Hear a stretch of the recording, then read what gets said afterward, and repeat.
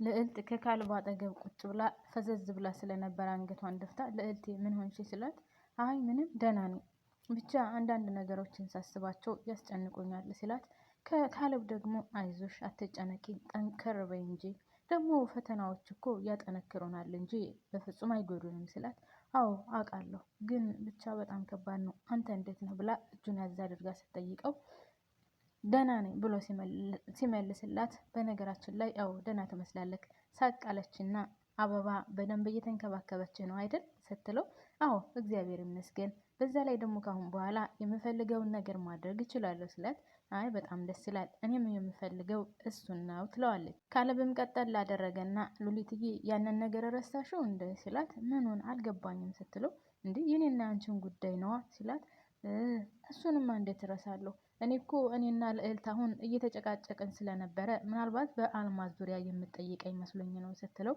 እኔ አሁን ከዛ በላይ ይልቅ በእኔና ባንቺ ዙሪያ እንድናወራ ፈልጋለሁ ሲላት እኔም እኮ ደስ ይለኛል እንደዛ ቢሆን፣ እናም እሺ እናወራለን፣ በዛ ላይ ደግሞ በዚህ ዙሪያ ብዙ አውርተንበት ጨርሰናል፣ እናም መጀመሪያ ስራውን ብንጨርስ አይሻልም ስትለው ካለብም እኔ ግን ከስራው ይልቅ የኔና አንቺ ጉዳይ እየተጓተተ በሄደ ቁጥር ሌላ ነገር እንዳይከሰት ፈራለሁ፣ ስለዚህ የኛን ነገር ቶሎ ቶሎ ማፋጠን አለብን ሲላት እሷም እኔም እኮ እንደዛ ቢሆን ደስ ይለኛል፣ ነገሮች ሰላም ሆነው ሰላም ተፈጥሮ ሰላም እንድንኖር እፈልጋለሁ፣ በነገራችን ላይ ሰላም እንደሚሆንና ወደፊት ወደ ባለፈው ህይወታችን አንተም ደህና ሆነክ እኔም ደህና ሆኜ የምንኖር ይመስለኛል፣ ስለዚህ ሰላም ይፈጠራል አይዞህ አታስብ ስትለው አዎ አምናለሁ ሰላም ይፈጠራል፣ የሰላም ህይወትም እንኖራለን፣ ነገር ግን የኔና ያንቺን ጉዳይ በተጓተተ ቁጥር ችግር ይፈጠራል እና ቶሎ አንድ ነገር ማለት አለብን እያላት እያለ እሷም አዎ እኔም እኮ ደስ ይለኛል ይሄ ነገር ቶሎ ቢቋጭ፣ ግን ከምንም በላይ ደግሞ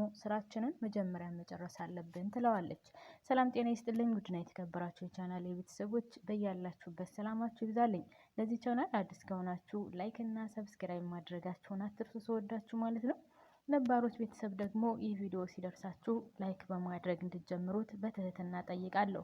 ለእናንተ ላይክ ማድረግ አይጎዳም አይደለ? ለእኔ ለቻናሉ ስለሚጠቅመኝ ላይክ ማድረጋችሁን አትርሱ ማለት ነው። ቤተሰብ አመሰግናለሁ። እናም ሁለቱ እንደዛ እያወሩ እያለ ሉሊትና ካሌብ በቃ ተነስተን እስኪ አየር እንሳምናም ብለው እሺ ብሏት ይነሳሉ። ከዛ ሊወጡ ሲሉ ሰራተኛዋ አበባ መጥታ የት ልትሄዱ ነው ስትላቸው እስኪ ወጣ ብለን እንዝናና ትንሽ ንጹህ አየርን ተንፍስ ሲሏትኝ ዋ በጣም ደስ ይላል፣ ደግሞ ሁለታችሁ እንዴት እንደሚያምርባችሁ ፈጣሪ አይለያችሁ፣ አንድ ያደርጋችሁ ስትላቸው አሜን አሜን እያሉ በጣም ነው ደስ የምትሉት፣ የእውነት በስመ አብ እንዴት እንደምታምሩ እያለች በደስታ እየመረቀቻቸው እነሱም እናመሰግናለን በቃ እንውጣ ብለው ይወጣሉ ማለት ነው ካሌብና ሉሊት። ከዛ እነሱ ሲወጡ ሰራተኛዋ አበባ በጣም ተደስታ ስለነበረ ወደ ወይዘሮ አልማዝ ትደውላለች።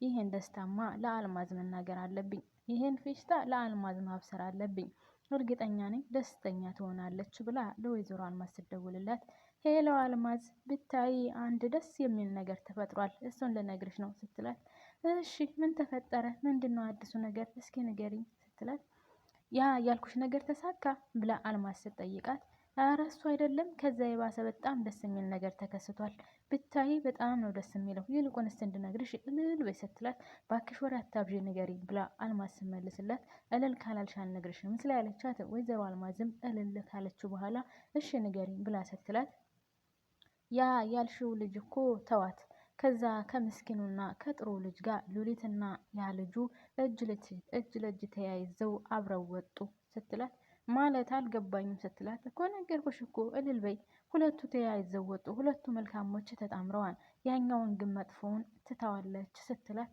እኔ አሁን ስለሱ ምን ያደርግልኛል? ዝም ብለሽ የማይረባ ወሬ ትነግሪኛለሽ እንዴ? ይልቁንስ አሁን እንደዚህ አይነት የማይረባ ወሬ ከምትነግሪኝ ጥሩ ስራ ሰርተሽ ብታሳየኝ ምን አለበት? ያ ያልኩሽ ነገርስ ምን ደረጃ ደረሰ? ምን አደረግሽ ብላ ስትጠይቃት አይ እሱን ስተይው፣ ሉሊት እየተክለፈለፈች መጥታ ልወጣ ስል ውሃው ተደፋ ስትላት አይ ሲጀመር አንቺም ማትረቢ ነሽ፣ አንቺም ማመኔ አይ ብላ እሷም ተናዳ በቃ ሌላ ነገር ሰጥሻለሁ፣ እንደው ዝም ብዬ ማበደ ነው እንጂ አንቺ እምረቢ አይደለሽም ትላታለች።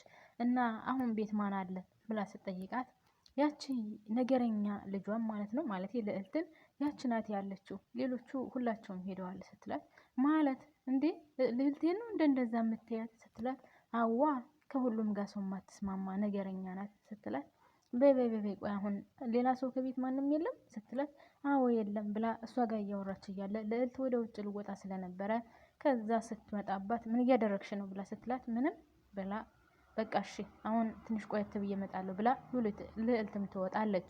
ልዕልት ስወጣ አሁን ከቤት ማንም የለም አይደል ስትላት አዎ ይችም እንግዲህ የውልሽ ወጣች አይኗን እያጉረጠረጠችብኝ እና ከቤት ማንም የለም ብላ ስትመልስላት በቃ እኔ አሁን ከቤት እመጣለሁ፣ ስለዚህ ከቤት እንድመጣ ደግሞ አንቺ ታመቻችልኛለሽ ስትላት እንዴት ብዬ ነው ማመቻችልሽ ማለቴ ቤትሽ አይደለ በፈለግሽው ሰዓት መምጣት ትችላለች ስትላት አዎ የልጄ ቤት ነው፣ ግን እንደነገርኩሽ ማንም እንዳውቅ አልፈልግም፣ በዚህ ጉዳይ ከኔና ካንቺ ውጪ ማንም እንዳውቅ አልፈልግም ስትላት እሺ ምንም ችግር የለም ነይ ቶሎ ብላ ታመጣታለች ማለት ነው።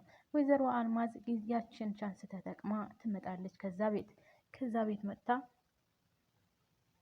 ቤት መጥታ ቀስ ብላ ትገባለች ማለት ነው።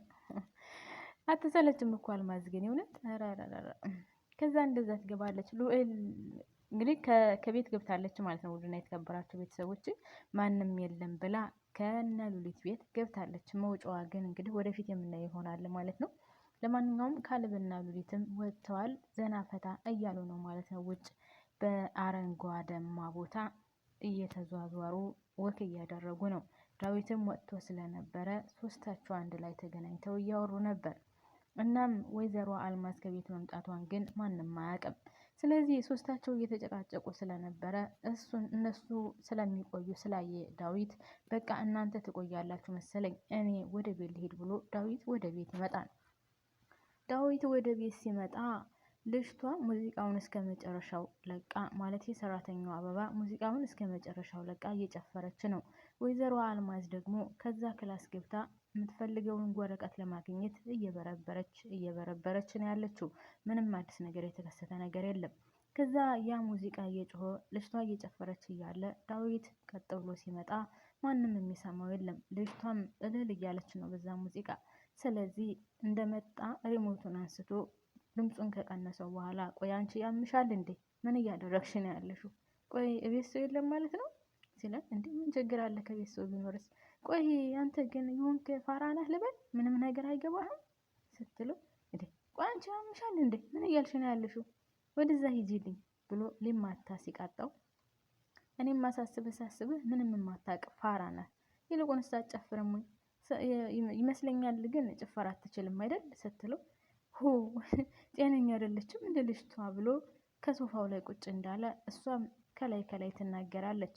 ጭፈራ አትችልም፣ እንደ ካሌብ ቆፍጠን ያልክና ጠንካራ ወንድ አይደለህም እያለች ዳዊትን ትናገረዋለች።